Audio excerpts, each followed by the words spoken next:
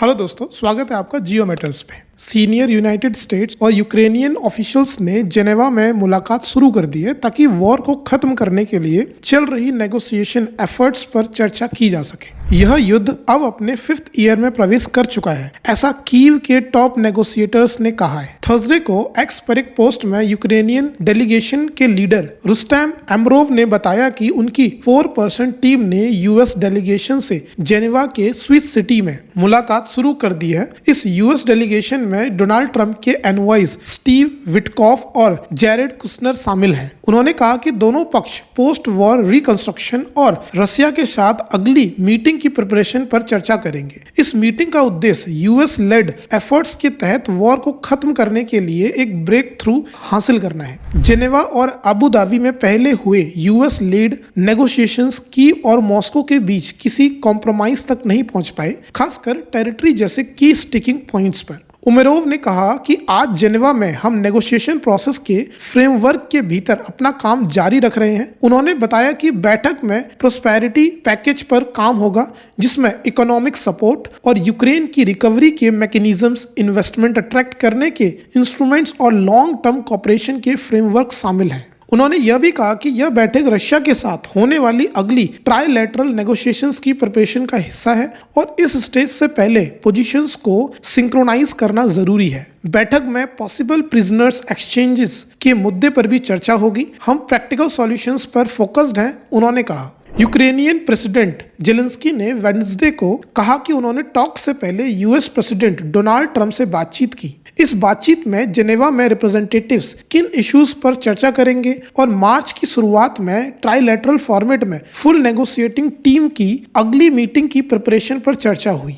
Zelensky, जो कई बार अपने Russian counter part Vladimir Putin के साथ फेस टू फेस मीटिंग की मांग कर चुके हैं, ने कहा कि उन्हें उम्मीद है कि जेनेवा की यह बैठक टॉक्स ऑफ लीडर लेवल तक ले जाने का अवसर बनाएगी। उन्होंने कहा कि प्रेसिडेंट ट्रंप इस सीक्वेंस ऑफ स्टेप्स को सपोर्ट करते हैं। यही एकमात्र तरीका है जिससे कॉम्प्लेक्स और सेंसिटिव इश्यूज को रिजॉल्व करके आखिरकार वॉर को खत्म किया जा सकता है। पुतिन पहले भी ऐसी मीटिंग्स को डिसमिस कर चुके हैं और जेलेंस्की की लेजिटिमेसी पर सवाल उठते रहे हैं। रशिया ने थर्सडे को कहा कि किसी डील के टाइमिंग के बारे में फोरकास्ट करना अभी बहुत अर्ली है। Russian foreign minister Sergei Lavrov ने स्टेट मीडिया से कहा कि क्या आपने हमसे कोई डेडलाइन सुनी है? हमारे पास डेडलाइंस नहीं है, हमारे पास टास्क है और हम उन्हें पूरा कर रहे हैं। इस बीच Russian state news agency TASS ने रिपोर्ट किया कि क्रेमलिन के economic affairs envoy Kirill Dmitriev भी थर्सडे को जेनेवा में मौजूद रहेंगे, जहां वे अमेरिकन के साथ इकोनॉमिक इश्यूज पर नेगोशिएशन करेंगे। एक अन्य डेवलपमेंट में क्रेमलिन एड व्लादिमीर मेडिंस्की ने कहा कि रशिया ने 1000 डेड यूक्रेनियन सोल्जर्स के बॉडीज ट्रांसफर किए, बदले में 35 रशियन बॉडीज लिए गए। दोनों पक्ष समय समय पर अपने वॉर डेड का एक्सचेंज करते रहे हैं, लेकिन इससे अभी तक लास्टिंग पीस सिक्योर नहीं हो पाई है। जेनेवा में मीटिंग ऐसे समय हुई जब कुछ ही घंटे पहले रशिया ने पूरे यूक्रेन में ओवरनाइट 39 मिसाइल्स और 420 ड्रोन से हमला किया, जिसमें कम से कम 25 लोग घायल हुए। नॉर्थ ईस्टर्न सिटी खरकीव में कम से कम 16 लोग घायल हुए, जबकि साउथ ईस्टर्न जपोरिजिया में हमलों से 19 अपार्टमेंट्स बिल्डिंग्स, 4 घर और अन्य बिल्डिंग्स डैमेज हुए और कम से कम 7 लोग घायल हुए। सेंट्रल सिटी क्रिवी रीह में भी 2 लोग घायल हुए। कीव के मेयर विटाली ने बताया कि कैपिटल पर हुए लेटेस्ट अटैक्स में ड्रेंस्टिकी डिस्ट्रिक्ट की एक 9 स्टोरी रेजिडेंशियल बिल्डिंग्स को नुकसान पहुंचाया और शहर के अन्य हिस्सों में आग लग गई। सिटी मिलिट्री एडमिनिस्ट्रेशन के हेड तैमूर ने कहा कि एयर डिफेंस सिस्टम एक्टिवेट किए गए और रेसिडेंट्स को शेल्टर में रहने की सलाह दी गई। कैपिटल में भी कैजुअलिटीज की रिपोर्ट नहीं मिली। हाल के महीनों में रशिया लगातार विंटर कंडीशंस के दौरान सिटीज और सिविलियन एनर्जी इंफ्रास्ट्रक्चर को मिसाइल्स और ड्रोन से टारगेट कर रहा है,